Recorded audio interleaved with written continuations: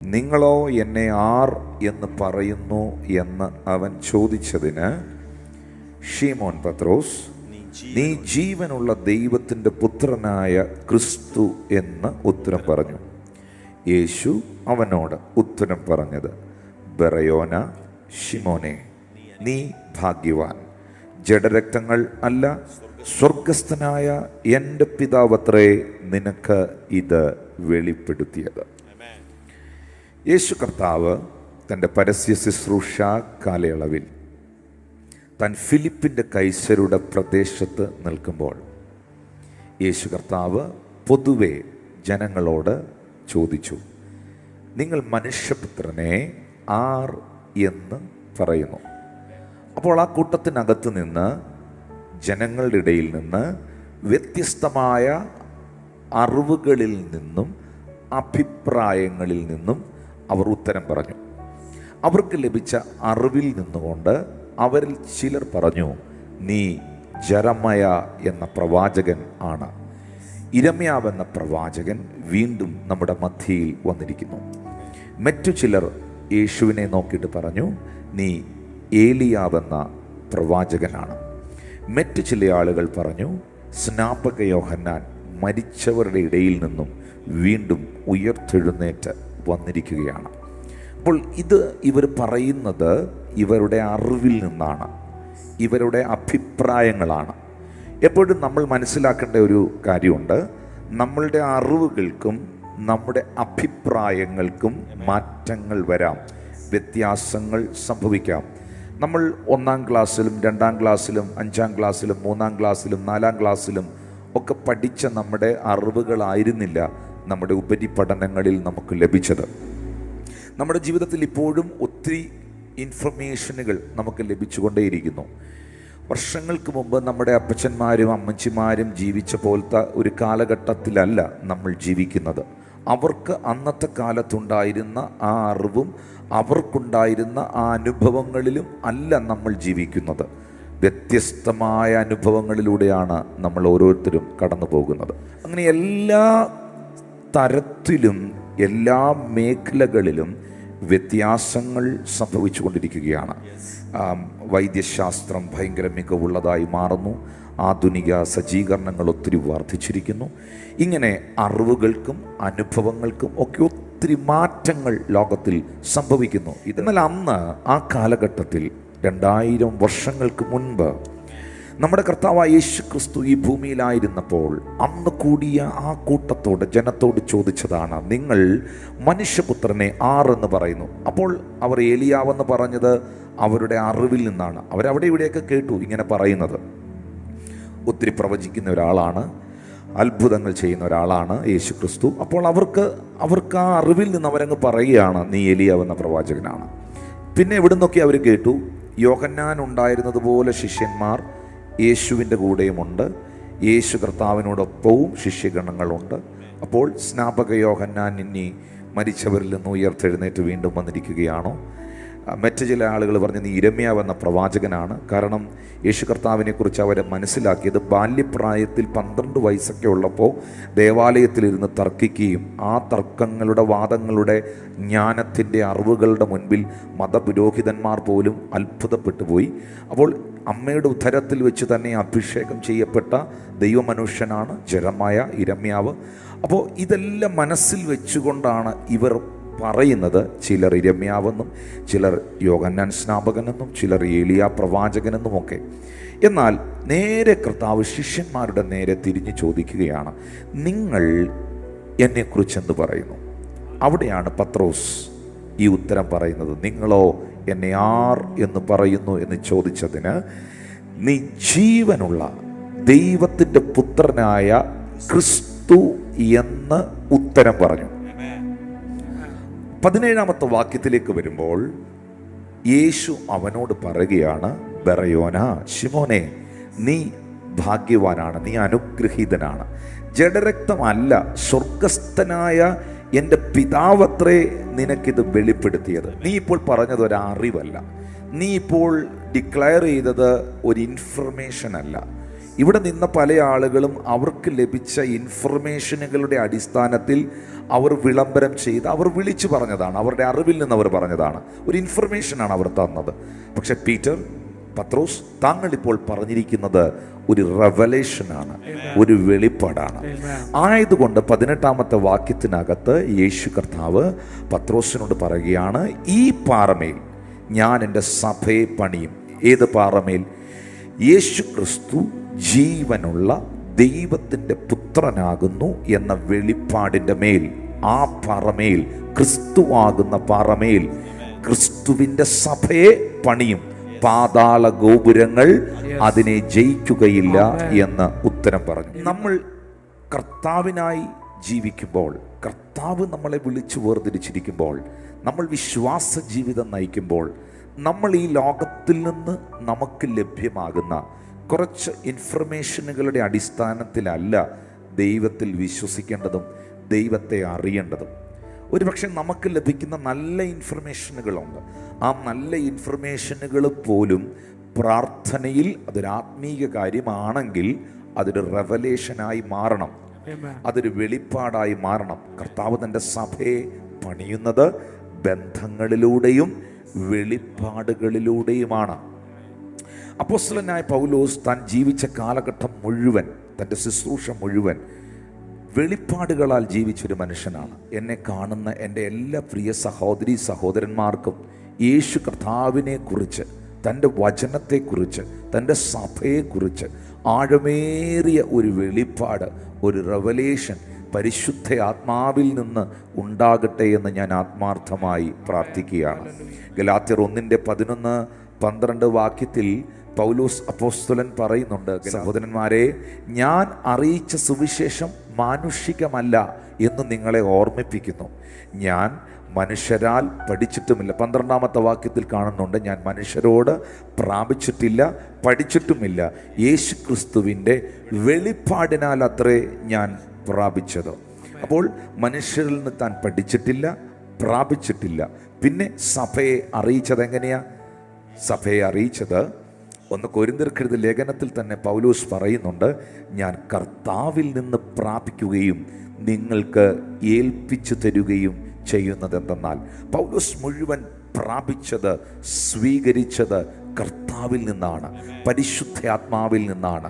ഇന്ന് ഈ സന്ദേശം കേട്ടുകൊണ്ടിരിക്കുമ്പോൾ കേവലം ബുദ്ധിയുടെ പ്രമാണങ്ങളിൽ ക്രിസ്തീയ ജീവിതം നയിക്കുന്നവരാകാതെ തലകൊണ്ട് മാത്രം ചിന്തിച്ച് ഊഹിച്ച് ഒരു ഊഹാഭോഗത്തിൻ്റെ അടിസ്ഥാനത്തിൽ പകുതി വിശ്വസിച്ച് പകുതി അവിശ്വസിച്ച് ജീവിതം നയിക്കുന്നവരാകാതെ ക്രിസ്തു യേശു ആര് എന്നുള്ള വെളിപ്പാട്, ആ വെളിപ്പാട് നമുക്ക് തരുന്നത്, അത് നമുക്ക് വെളിപ്പെടുത്തി തരുന്നത് ദൈവത്തിൻ്റെ പരിശുദ്ധ ആത്മാവാണ്.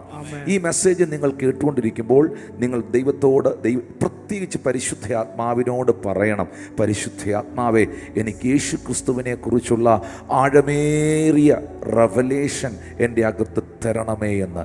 കാരണം പരിശുദ്ധാത്മാവ് എപ്പോഴും പഠിപ്പിക്കുന്ന സബ്ജക്റ്റ്, പരിശുദ്ധാത്മാവ് എപ്പോഴും നമുക്ക് നൽകിത്തരുന്ന ബോധ്യം ദൈവപുത്രനായ യേശു ക്രിസ്തുവിനെ കുറിച്ചുള്ള ബോധ്യമാണ്. അതുകൊണ്ടാണ് ദൈവത്തിൻ്റെ ആത്മാവ് ഒരു മനുഷ്യനിൽ വന്നാൽ ദൈവവചനത്തിൽ രേഖപ്പെടുത്തിയിരിക്കുന്നത് യേശുവിനെ കർത്താവെന്ന് ഏറ്റുപറയുവാൻ പരിശുദ്ധാത്മാവിലൂടെ അല്ലാതെ ആർക്കും സാധ്യമല്ല എന്ന് വ്യക്തമാക്കിയിരിക്കുന്നത്. മറിയത്തിൻ്റെ മുകളിൽ പരിശുദ്ധ ആത്മാവ് നിഴലിട്ടപ്പോൾ, മറിയത്തിൻ്റെ മുകളിൽ പരിശുദ്ധ ആത്മാവ് വന്നപ്പോൾ മറിയത്തിനകത്ത് ക്രിസ്തു ഉരുവായതുപോലെ നിങ്ങളുടെ മുകളിൽ പരിശുദ്ധ ആത്മാവ് കടന്നു വരുമ്പോൾ, നിങ്ങൾ പരിശുദ്ധ ആത്മാവിൽ നിറയപ്പെടുമ്പോൾ നിങ്ങളുടെ ഹൃദയത്തിൽ, നിങ്ങളുടെ ആത്മമനുഷ്യനിൽ ക്രിസ്തു ജനിക്കുവാനും ക്രിസ്തു വളരുവാനും ഇടയായിത്തീരും.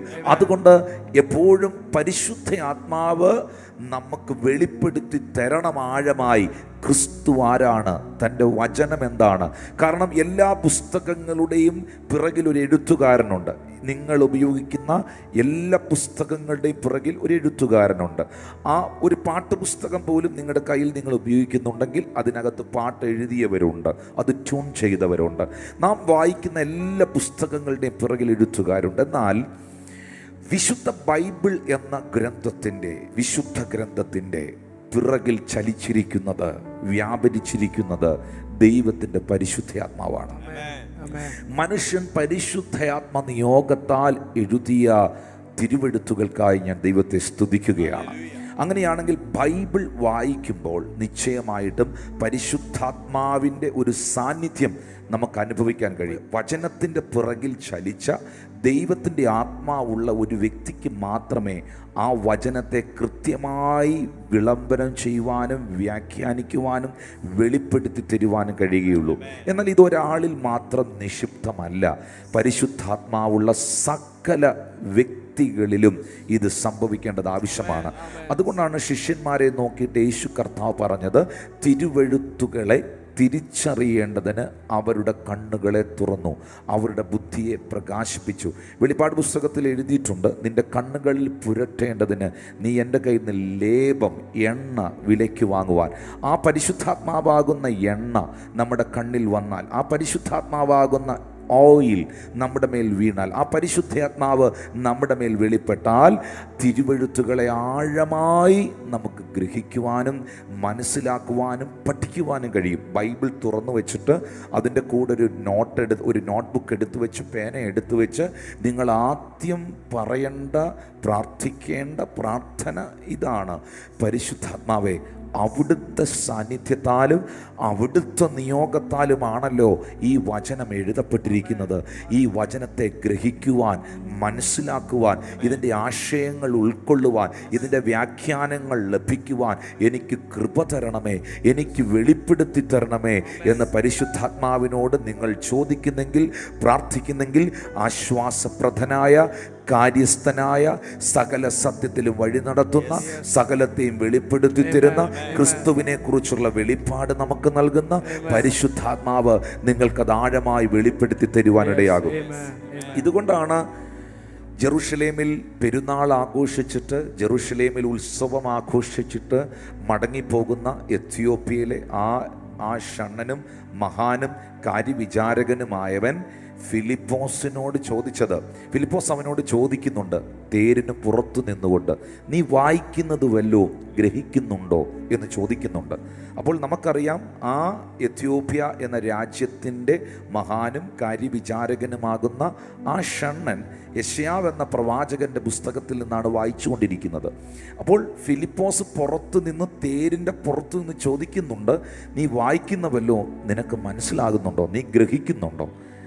ഉടനെ അകത്ത് നിന്നുകൊണ്ട് ഈ മനുഷ്യൻ സത്യസന്ധമായിട്ട് അതിന് ഉത്തരം പറഞ്ഞത്, ഒരുത്തൻ പൊരുൾ തിരിച്ചു തരാനില്ലായകയാൽ ഞാൻ ഇതെങ്ങനെ ഗ്രഹിക്കും? അപ്പോൾ ബൈബിൾ നമ്മൾ വായിക്കുന്നുണ്ടെങ്കിലും, അത് റീഡ് ചെയ്യുന്നുണ്ടെങ്കിലും, അത് വ്യാഖ്യാനിച്ചു തരുന്നത്, അതിൻ്റെ ആഴങ്ങൾ നമുക്ക് വെളിപ്പെടുത്തി തരുന്നത്, പൊരുള് നമുക്ക് വെളിപ്പെടുത്തി തരുന്നത്, മറനീക്കി നമുക്കത് കാണിച്ചു തരുന്നത് ദൈവത്തിൻ്റെ ആത്മാവാണ്. അല്ലെങ്കിൽ കേവലം നമുക്ക് കിട്ടുന്നത് കുറച്ച് ഇൻഫർമേഷനുകൾ മാത്രമായിരിക്കും. എന്നാൽ ആ ഇൻഫർമേഷൻ്റെ റിലത്തിൽ നിന്നും നിങ്ങൾ ആ റെവലേഷൻ്റെ ആത്മതലത്തിലേക്ക് കയറുവാനിടയാകണം. യേശുവിനെ നിങ്ങളുടെ അകത്ത് ഒരു വെളിപ്പാടായി നിങ്ങൾ കൊണ്ടു നടക്കണം. ഹല്ലേലൂയ. അതാണ് പൗലോസ് പറഞ്ഞത്, ഞാൻ മനുഷ്യരോട് പ്രാപിച്ചിട്ടില്ല, പഠിച്ചിട്ടില്ല, ക്രിസ്തുവിൻ്റെ വെളിപ്പാടിനാൽ അത്രേ പ്രാപിച്ചത്.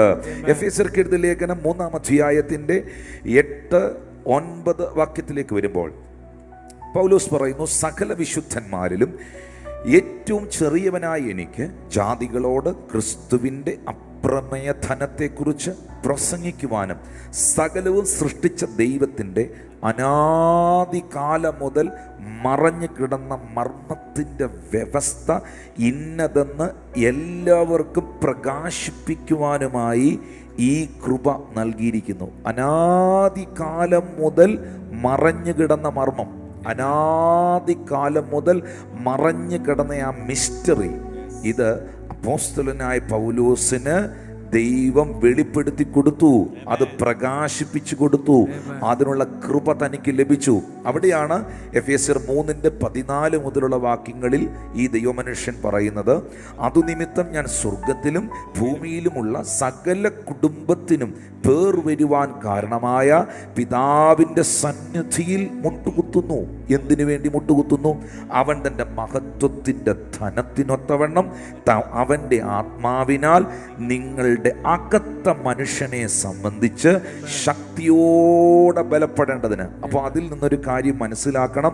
നിങ്ങളുടെ അകത്തൊരു മനുഷ്യനുണ്ട്, നിങ്ങളുടെ ഉള്ളിൽ ഒരാത്മ മനുഷ്യനുണ്ട്, നിങ്ങളുടെ അകത്ത് ഒരാത്മീക മനുഷ്യനുണ്ട്. നിങ്ങളുടെ ആത്മാവിലേക്ക് പരിശുദ്ധാത്മാവ് വന്നപ്പോൾ നിങ്ങളുടെ അകത്ത മനുഷ്യൻ ആത്മ മനുഷ്യനായി മാറി. 17-ാമത്തെ വാക്യത്തിൽ എഴുതിയിരിക്കുന്നു, ക്രിസ്തു വിശ്വാസത്തിൽ നിങ്ങളുടെ ഹൃദയത്തിൽ വസിക്കേണ്ടതിന് വരം നൽകണമെന്നും നിങ്ങൾ സ്നേഹത്തിനകത്ത് വേരൂന്നി അടിസ്ഥാനപ്പെട്ടവരായി വീതിയും നീളവും ഉയരവും ആഴവും എന്തെന്ന് സകല വിശുദ്ധന്മാരോടുകൂടെ ഗ്രഹിപ്പാനും പരിജ്ഞാനത്തെ കവിയുന്ന ക്രിസ്തുവിൻ്റെ സ്നേഹത്തെ അറിവാൻ പ്രാപ്തരാകുകയും ദൈവത്തിൻ്റെ എല്ലാ നിറവോളവും നിറഞ്ഞു വരികയും വേണമെന്ന് ഞാൻ പ്രാർത്ഥിക്കുന്നു. കുറഞ്ഞു പോകുകയല്ല, നിറഞ്ഞു വരണം. ഇന്ന് ഈ മെസ്സേജ് നിങ്ങൾ കേൾക്കുമ്പോൾ ക്രിസ്തുവിൻ്റെ എല്ലാ നിറവോളവും നിങ്ങൾ നിറഞ്ഞു വരണം. ക്രിസ്തുവിൻ്റെ സ്നേഹത്തെ അറിയാൻ നിങ്ങൾ പ്രാപ്തരാകണം. അതിൻ്റെ വീതി, അതിൻ്റെ നീളം, അതിൻ്റെ ഉയരം, അതിൻ്റെ ആഴം എന്തെന്ന് സകല വിശുദ്ധന്മാരോടുകൂടെ ഗ്രഹിക്കാൻ നിങ്ങൾക്ക് കഴിയണം. അവനിലുള്ള വിശ്വാസം നിങ്ങളുടെ ഹൃദയത്തിൽ വസിക്കണം. ആ സ്നേഹത്തിൽ നിങ്ങൾ അടിസ്ഥാനപ്പെടണം. ഇതിനെല്ലാം ആധാരമായിരിക്കുന്നത് പൗലോസ് അപ്പോസ്തലൻ പറയുന്നത്, സ്വർഗത്തിലും ഭൂമിയിലുമുള്ള സകല കുടുംബത്തിനും വേർവരുവാൻ കാരണമായ ദൈവസന്നിധിയിൽ മുട്ടുകുത്തി ഞാൻ പ്രാർത്ഥിക്കുന്ന പ്രാർത്ഥനയാണ്, ക്രിസ്തുവിനെ കുറിച്ചുള്ള വെളിപ്പാട്, ജ്ഞാനത്തിൻ്റെയും വെളിപ്പാടിൻ്റെയും ആത്മാവിനെ നിങ്ങളുടെ ഉള്ളിൽ തന്ന് നിങ്ങളുടെ ഹൃദയ ദൃഷ്ടി പ്രകാശിക്കണം. കേവലം ഒരു ഇൻഫർമേഷൻ്റെ അടിസ്ഥാനത്തിൽ കൈകൊട്ടുന്നവരല്ല, കേവലം ഒരു ഇൻഫർമേഷൻ്റെ അടിസ്ഥാനത്തിൽ സ്തോത്രം പറയുന്നവരല്ല, കേവലം എന്തോ എവിടോ കേട്ട് ഇറങ്ങിയവരല്ല. ശരിക്കും കർത്താവിനെ കുറിച്ച്, യേശുവിനെ കുറിച്ച് ആഴമേറിയ വെളിപ്പാടിൽ ജീവിക്കുന്നവരാകണം. ആ വെളിപ്പാട് നമുക്ക് തരുന്നത്, അത് നമുക്ക് വെളിപ്പെടുത്തി തരുന്നത് ദൈവത്തിൻ്റെ പരിശുദ്ധാത്മാവാണ്. പരിശുദ്ധാത്മാവിന് യേശുവിനെ കുറിച്ച് നിങ്ങൾക്ക് വെളിപ്പെടുത്തി തരുവാൻ കഴിയുന്നത് പോലെ ഈ ലോകത്തിലെ ഒരു കോളേജുകൾക്കും ഒരു പുസ്തകങ്ങൾക്കും ഒരു വ്യക്തികൾക്കും വെളിപ്പെടുത്തി തരുവാൻ കഴിയുകയില്ല. ആ കൈകളെ ഒന്ന് ഉയർത്തി പിടിച്ചിട്ട് പറയണം, പരിശുദ്ധാത്മാവേ, യേശുവിനെ കുറിച്ചുള്ള ആഴമേറിയ വെളിപ്പാടിനാൽ എന്നെ നിറയ്ക്കണമേ. ഹല്ലേലൂയ. അങ്ങനെ സംഭവിക്കുമ്പോൾ 20-ാം വാക്യത്തിൽ എഴുതിയിരിക്കുകയാണ്, എന്നാൽ നാം ചോദിക്കുന്നതിലും നനയ്ക്കുന്നതിലും അത്യന്തപരമായി ചെയ്യുവാൻ നമ്മിൽ വ്യാപരിക്കുന്ന ശക്തിയാൽ കഴിയുന്നവന്. ഞാൻ തീർച്ചയായിട്ടും ഇങ്ങനെ വിശ്വസിക്കുന്നു, ക്രിസ്തുവിൻ്റെ എല്ലാ നിറവോളവും നിങ്ങൾ നിറഞ്ഞു വന്നാൽ, ക്രിസ്തുവിൻ്റെ സ്നേഹത്തിൽ നിങ്ങൾ വേരൂന്നിയാൽ, അവനുള്ള വിശ്വാസം നിങ്ങളിൽ വർദ്ധിച്ചാൽ, നിങ്ങൾക്ക് ചിന്തിക്കുവാൻ കഴിയുന്നതിനപ്പുറമായ നിലകളിൽ, നിങ്ങൾ ചോദിക്കുന്നതിലും നനയ്ക്കുന്നതിലും അപ്പുറമായി, അത്യന്തപരമായി നിങ്ങളിൽ വലിയ ഒരാത്മശക്തി വ്യാപരിക്കും. നമ്മളുടെ അകത്ത് ക്രിസ്തുവിലുള്ള വിശ്വാസമുണ്ടായാൽ, ഞാൻ പറഞ്ഞു, കർത്താവ് സൗഖ്യം നൽകുന്നവനാണ്, യേശു സുഖപ്പെടുത്തുന്നവനാണ്. 2023 വർഷങ്ങൾക്ക് മുൻപ്, അല്ലെങ്കിൽ 2024 വർഷങ്ങൾക്ക് മുൻപ് ഗലീലയിലൂടെയും കപർന്നഹോമിലൂടെയും ഒക്കെ സഞ്ചരിച്ച് അന്ധന് കാഴ്ച കൊടുത്ത, ചെകിടന്റെ ചെവിയെ കേൾപ്പിച്ച, ഊമരെ സംസാരിപ്പിച്ച, മരിച്ചവരെ ഉയർപ്പിച്ച, കുഷ്ഠരോഗികളെ ശുദ്ധമാക്കിയ, മുടന്തന്മാരെ നടത്തിയ, 5 അപ്പവും 2 മീനും വർദ്ധിപ്പിച്ച, കടലിന്റെ മുകളിലൂടെ നടന്ന, കാറ്റിനെയും കടലിനെയും ശാന്തമാക്കിയ ഈ കർത്താവ് ഇന്ന് കബറിലല്ല, കല്ലറയിലല്ല, ഒളിവിലല്ല, മോർച്ചറിയിലല്ല, ലീവിലല്ല, കണ്ണാടിപ്പെട്ടിക്കകത്തല്ല. ഈ കർത്താവ് ഇപ്പോൾ ഉയർത്തെഴുന്നേറ്റ് ഇന്നും ജീവിക്കുന്ന ദൈവമാണ്. യേശു കർത്താവ് ഇപ്പോഴും ജീവിക്കുന്ന കർത്താവാണ്. ആ വെളിപ്പാട് നിങ്ങളുടെ ഉള്ളിലുണ്ടെങ്കിൽ യേശു ഇപ്പോഴും ജീവിക്കുന്നു, യേശു ഇപ്പോഴും രോഗികളെ സൗഖ്യമാക്കുന്നു. യേശു ഇപ്പോഴും അത്ഭുതങ്ങളെ ചെയ്യുന്നു. ഈ വെളിപ്പാട് അതൊരു ബുദ്ധിയല്ല, അതൊരു ബുദ്ധി കൊണ്ട് ഇത് ചെയ്യാൻ കഴിയുകയില്ല. കാരണം പൗലോസ് അപ്പോസ്തലൻ തന്നെ പറയുന്നുണ്ട്, ഞങ്ങളുടെ ശുശ്രൂഷ ജ്ഞാനത്തിൻ്റെ വശീകരണ വാക്കുകൾ അല്ല, അടയാളങ്ങളുടെയും അത്ഭുതങ്ങളുടെയും പ്രദർശനമാണ്. ക്രൂശിൻ്റെ വചനം നശിച്ചു പോകുന്നവന് ഭോഷത്വമാണ്, എന്നാൽ രക്ഷിക്കപ്പെടുന്ന നിങ്ങൾക്കോ ഇത് ദൈവശക്തിയാണ്. ഇത് ബുദ്ധി കൊണ്ട് പിടിക്കാൻ പറ്റുന്നതല്ല. മനുഷ്യൻ്റെ ബുദ്ധി ദൈവത്തിനു മുമ്പിൽ ഭോഷത്വമെന്ന് ദൈവവചനത്തിൽ രേഖപ്പെടുത്തിയിട്ടുണ്ട്. നമ്മൾ മനസ്സിലാക്കണം പ്രിയപ്പെട്ടവരെ, നമ്മൾ എന്ത് വിശ്വസിക്കുന്നുവോ, നമ്മുടെ അകത്ത് കർത്താവായ യേശുവിനെ കുറിച്ചുള്ള വെളിപ്പാടിൻ്റെ ആഴം എത്ര വലുതാണോ അത്രയും അധികം ദൈവശക്തി നമ്മിലൂടെ വ്യാപരിക്കുവാനിടയാകും. ഹല്ലേലൂയ. ഈ 2025 ഒരു വലിയ ഗ്രേറ്റ് ഗ്രേസ് നിങ്ങളെയും നിങ്ങളുടെ കുടുംബത്തെയും സറൗണ്ട് ചെയ്യട്ടെ എന്ന് ഞാൻ പ്രാർത്ഥിക്കുകയാണ്. കർത്താവിൻ്റെ വലിയ കൃപ നിങ്ങൾക്കുണ്ടാകട്ടെ. കാലം അതിൻ്റെ അന്ത്യത്തിലേക്കും ലോകം അതിൻ്റെ അവസാനത്തിലേക്കും പോകുകയാണ്. നമ്മുടെ കർത്താവായ യേശു ക്രിസ്തുവിൻ്റെ മടങ്ങിവരവ് അതിവേഗത്തിൽ സംഭവിക്കാൻ പോകുകയാണ്. സത്യമായിട്ടും കർത്താവിൻ്റെ വചനത്തിൽ യേശുവിൻ്റെ മടങ്ങിവരവിനോടുള്ള ബന്ധത്തിൽ താൻ പറഞ്ഞിരിക്കുന്ന ലക്ഷണങ്ങൾ ഒട്ടുമുക്കാലെല്ലാം, ഒന്ന് ഞാൻ കഴിഞ്ഞ ദിവസം പറഞ്ഞു, ഇനി അതിൽ എന്താ നടക്കാനുള്ളത്, എല്ലാം സംഭവിച്ചുകൊണ്ടിരിക്കുന്നു. രാജ്യത്തിൻ്റെ സുവിശേഷം ലോകത്തിൻ്റെ അറ്റത്തോളം അതിശക്തമായി വ്യാപിച്ചുകൊണ്ടിരിക്കുന്നു. ജാതിയോടും രാജ്യങ്ങളോടും എതിർത്തുകൊണ്ടിരിക്കുന്നു. ക്ഷാമങ്ങളും ഭൂചലനങ്ങളും സംഭവിച്ചുകൊണ്ടിരിക്കുന്നു. മഹാവ്യാധികൾ പൊട്ടിപ്പുറപ്പെട്ടുകൊണ്ടിരിക്കുന്നു. പാട്ടുകാരൻ പാടിയതുപോലെ വിശുദ്ധിയെ തികച്ചു നാം ഒരുങ്ങി നിൽക്കുക, പ്രിയൻ വരുവതിന് താമസമേറെയില്ല. ആമീൻ. യുദ്ധങ്ങൾ, ക്ഷാമങ്ങൾ, ഭൂകമ്പങ്ങൾ, പല വ്യാധികളാൽ ജനം നശിച്ചിടുന്നേ. രാജ്യങ്ങളോട് എതിർത്ത് തുടങ്ങിയല്ലോ, ഒരുങ്ങിയിടാം എന്ന് എഴുതിയിരിക്കുന്നത് പോലെ യേശുവിൻ്റെ മേഘപ്രത്യക്ഷതയ്ക്ക്, യേശുവിൻ്റെ മഹത്വ പ്രത്യക്ഷതയ്ക്ക്, കർത്താവിൻ്റെ മടങ്ങിവരവിന് ഇനി അധികം കാലമില്ല പ്രിയമുള്ളവരെ. ഹല്ലേലൂയ. നമ്മളൊക്കെ പ്രതീക്ഷിച്ച സമയത്തെക്കാളൊക്കെ മുൻപ് തന്നെ രക്ഷകന്റെ പാദം നമ്മളുടെ വീടുവാതിക്കൽ എത്തിയിരിക്കുകയാണ്. കർത്താവിന്റെ വരവ് ഏറ്റവും അടുത്തിരിക്കുകയാണ്. കർത്താവ് താൻ ഗംഭീരനാദത്തോടും പ്രധാന ദൂതന്റെ ശബ്ദത്തോടും ദൈവത്തിന്റെ കാഹളത്തോടും മധ്യാകാശത്തിൽ കടന്നു വരുവാൻ ആ നാളുകൾ ഇനി അതിവിദൂരമല്ല എന്ന് വിശ്വസിക്കുന്ന ദൈവമക്കൾ എന്നെ കേൾക്കുന്നുണ്ടെങ്കിൽ ദൈവത്തിനൊന്ന് സ്തോത്രം ചെയ്യാം. സത്യമായിട്ടും അതും ഒരു റെവലേഷനാണ്. ഇപ്പൊ യേശു മടങ്ങി വരും, കർത്താവ് രണ്ടാമത് വരുമെന്ന് പറയുമ്പോഴും ചിലർ ചിരിക്കും, ചിലർ പരിഹസിക്കും. എന്നാൽ അതും അകത്തൊരു വെളിപ്പാടായി ലഭിച്ചവരുണ്ട്.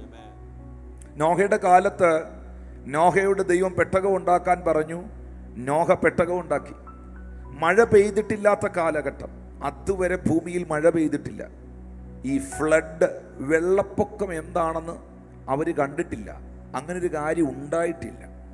അങ്ങനൊരു കാര്യം ഉണ്ടാകാതിരിക്കെ, സംഭവിച്ചിട്ടില്ലാതിരിക്കെ, മഴയെന്ന് പറയുന്നൊരു കാര്യം ഉണ്ടാകാതിരിക്കെ, അങ്ങനൊരു കാര്യം ഇതുവരെ കണ്ടിട്ടില്ലാത്തൊരു സമൂഹത്തോട് നോഹ പറഞ്ഞു, മഴ പെയ്യാൻ പോവുകയാണ്, ഫ്ലഡ് വരാൻ പോവുകയാണ്, ഈ ഭൂമി പ്രളയത്താൽ നശിക്കാൻ പോവുകയാണ് എന്ന് ഒക്കെ വിളംബരം ചെയ്തപ്പോൾ, എല്ലാവരും പെട്ടകത്തിനകത്ത് കയറണം എന്നൊക്കെ വിളംബരം ചെയ്യുമ്പോൾ, പ്രിയമുള്ളവരെ, ഒറ്റ മക്കളുമാരും കയറാൻ തയ്യാറായില്ല.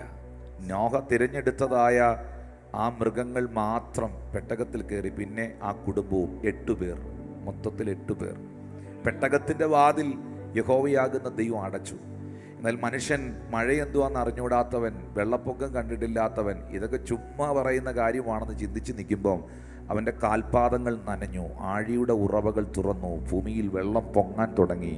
യഹോവയായ ദൈവം പെട്ടകത്തിൻ്റെ വാതിൽ അടച്ചു. പിന്നെ ആർക്കും പ്രവേശനമുണ്ടായില്ല. വലിയൊരു ന്യായവിധിയിലേക്ക് ഭൂമി കടന്നുപോയി. നമ്മൾ യേശു മടങ്ങി വരുമെന്നും കർത്താവ് മടങ്ങി വരുമെന്നും യേശു തൻ്റെ മക്കളെ ചേർക്കാൻ വീണ്ടും വരുമെന്നും ഒക്കെ പറയുമ്പോൾ ഇതൊക്കെ ചുമ്മാതാ പറയുന്നതെന്ന് ഒരുപക്ഷെ നിങ്ങൾ ചിന്തിക്കാം. ചുമ്മാതല്ല, ഇത് സത്യമാണ്. ബൈബിളിൽ എഴുതിയിരിക്കുന്ന ഓരോ പ്രവചനങ്ങളും ഓരോ കാര്യങ്ങളും അക്ഷരം പ്രതി ഇന്ന് സംഭവിച്ചുകൊണ്ടിരിക്കുകയാണ്. അക്ഷരം പ്രതി സംഭവിച്ചുകൊണ്ടിരിക്കുകയാണ്.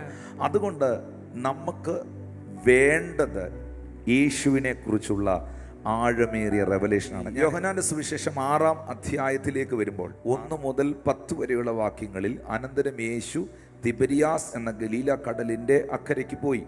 അവൻ രോഗികളിൽ ചെയ്യുന്ന അടയാളങ്ങളെ കണ്ടിട്ട് ഒരു വലിയ പുരുഷാരം അവൻ്റെ പിന്നാലെ ചെന്നു. യേശു വലിയ പുരുഷാരം തൻ്റെ അടുക്കൽ വരുന്നത് കണ്ടിട്ട് ഫിലിപ്പോസിനോട്, ഇവർക്ക് തിന്നുവാൻ നാം എവിടെ നിന്ന് അപ്പം വാങ്ങും എന്ന് ചോദിച്ചു. ഇതവനെ പരീക്ഷിപ്പാനത്രേ ചോദിച്ചത്. താൻ എന്ത് ചെയ്യുവാൻ പോകുന്നു എന്ന് താൻ അറിഞ്ഞിരുന്നു. 7-ാമത്തെ വാക്യത്തിനകത്ത് ഫിലിപ്പോസ് കർത്താവിനോട് പറയുന്നുണ്ട്, ഓരോരുത്തൻ അല്പം അല്പം ലഭിക്കേണ്ടതിന് 200 പണത്തിന് അപ്പം മതിയാകുകയില്ല എന്നുത്തരം പറഞ്ഞു. 8-9 വാക്യങ്ങളിൽ എഴുതിയിരിക്കുകയാണ്, ശിഷ്യന്മാരിൽ ഒരുത്തനായി ശീമോൻ പത്രോസിൻ്റെ സഹോദരനായ അന്ത്രയോസ് അവനോട്, ഇവിടെ ഒരു ബാലകനുണ്ട്, അവൻ്റെ പക്കൽ 5 യവത്തപ്പവും 2 മീനുമുണ്ട്, എങ്കിലും ഇത്ര പേർക്ക് അതെന്തുള്ളൂ എന്ന് പറഞ്ഞു. 10-ാമത്തെ വാക്യത്തിൽ എഴുതിയിരിക്കുന്നു, ആളുകളെ ഇരുത്തുവിൻ എന്ന് യേശു പറഞ്ഞു. ആ സ്ഥലത്ത് വളരെ പുല്ലുണ്ടായിരുന്നു, 5000-ഓളം പുരുഷന്മാർ ഇരുന്നു.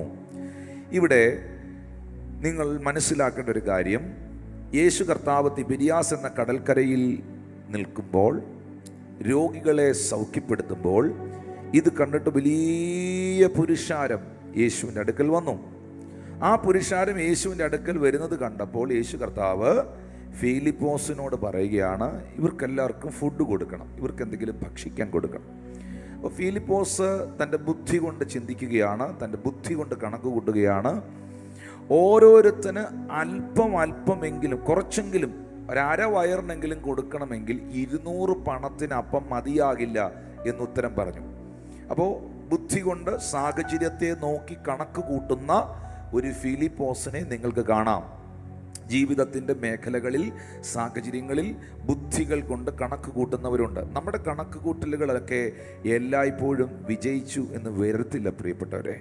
നമ്മുടെ കണക്ക് കൂട്ടലുകൾ തെറ്റുന്നിടത്താണ് ദൈവത്തിൻ്റെ പദ്ധതികൾ നിറവേറുന്നത്.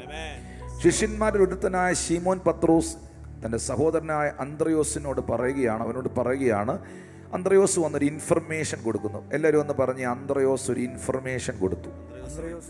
എന്താണ് അന്ത്രയോസ് കൊടുത്ത ഇൻഫർമേഷൻ? ഇവിടെ ഒരു ബാലകനുണ്ട്, അവൻ്റെ പക്കൽ 5 യവത്തപ്പവും 2 മീനും ഉണ്ട്. എന്നിട്ട് പുള്ളി തന്നെ പറയുന്നുണ്ട്, എങ്കിലും ഇത്ര പേർക്ക് അതെന്തുള്ളൂ. പക്ഷേ ഇത് കേട്ട ഉടനെ, അന്ത്രയോസ് കൊടുത്ത ഇൻഫർമേഷൻ കേട്ട ഉടനെ യേശു കർത്താവ് ആളുകളെ, ജനത്തെ ഇരുത്താൻ പറഞ്ഞു. പുരുഷന്മാർ മാത്രം 5000 പേരുണ്ടായിരുന്നു. സ്ത്രീകളുടെ എണ്ണം അവിടെ എഴുതിയിട്ടില്ല, കുട്ടികളുടെ എണ്ണം എഴുതിയിട്ടില്ല. ഒത്തിരി ആയിരങ്ങൾ ഉണ്ടായിരുന്നു എന്ന് കൂട്ടിക്കോ. ഇത്രയും ആയിരക്കണക്കിന് ജനങ്ങളുള്ള സ്ഥലത്ത് ഈ 5 അപ്പത്തിനും 2 മീനിനും എന്ത് പ്രസക്തിയാണുള്ളത്? അന്ത്രയോസ് ഇങ്ങനൊരു ഇൻഫർമേഷൻ യേശുവിന് കൊടുക്കുമ്പോൾ എന്ത് കാരണം കൊണ്ടാണ് യേശു കർത്താവ് പുരുഷാരത്തോട് ഇരിക്കാൻ പറഞ്ഞത്? ഒരു സത്യം നമ്മൾ അവിടെ കാണുന്നു.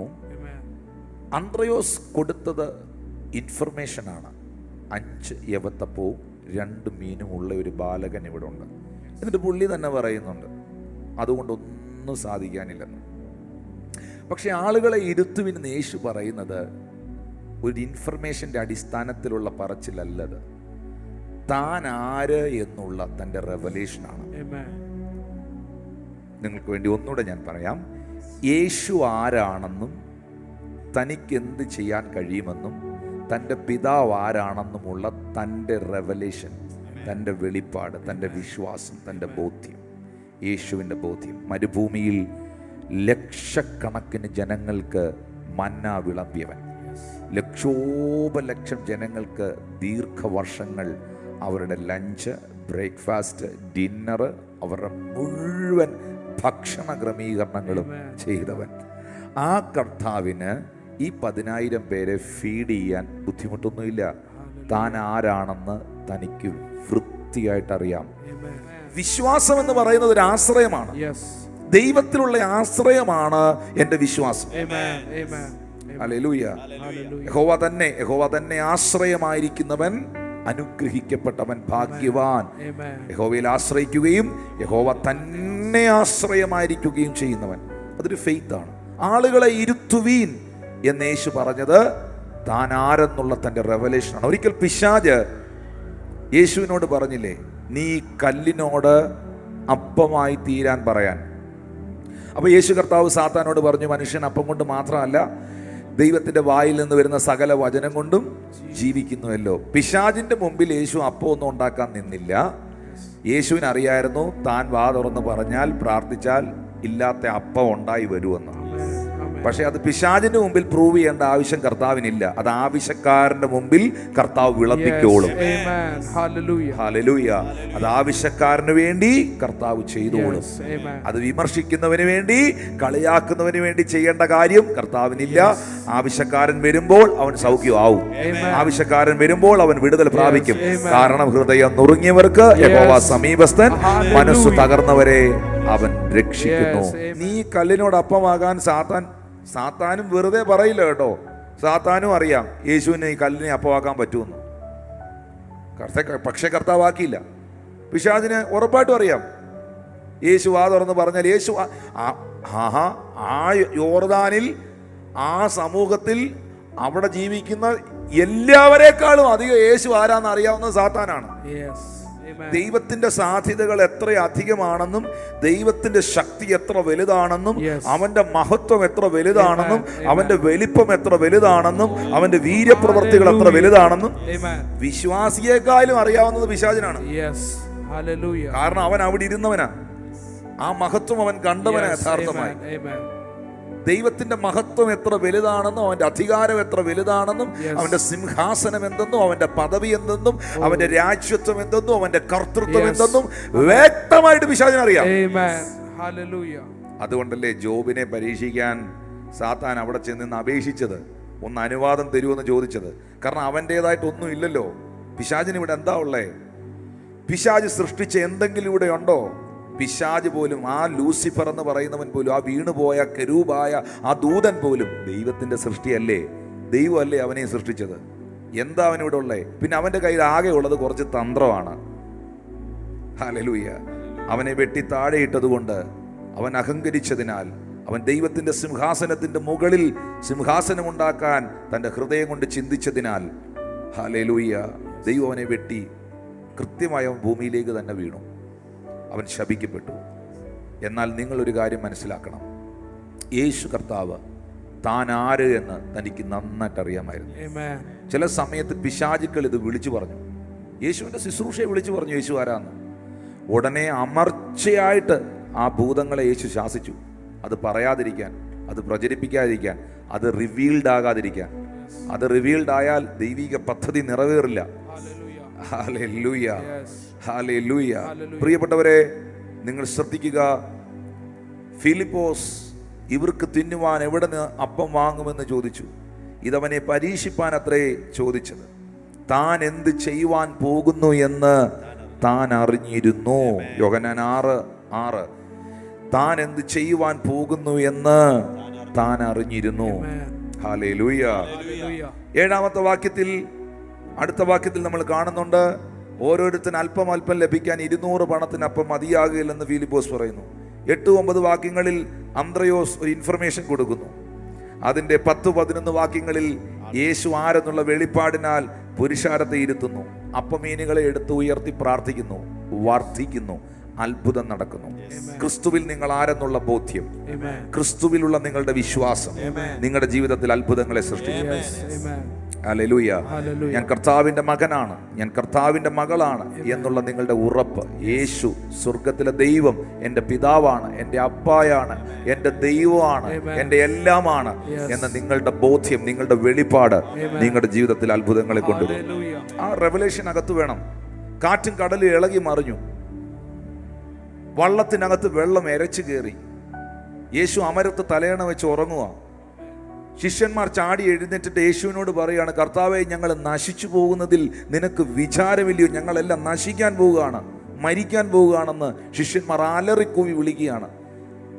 ലോകത്തിൽ ആരെങ്കിലും ഒരു ബക്കറ്റ് വെള്ളം കോരി തലക്കൊഴിച്ചാൽ എഴുന്നേക്കാതിരിക്കുമോ?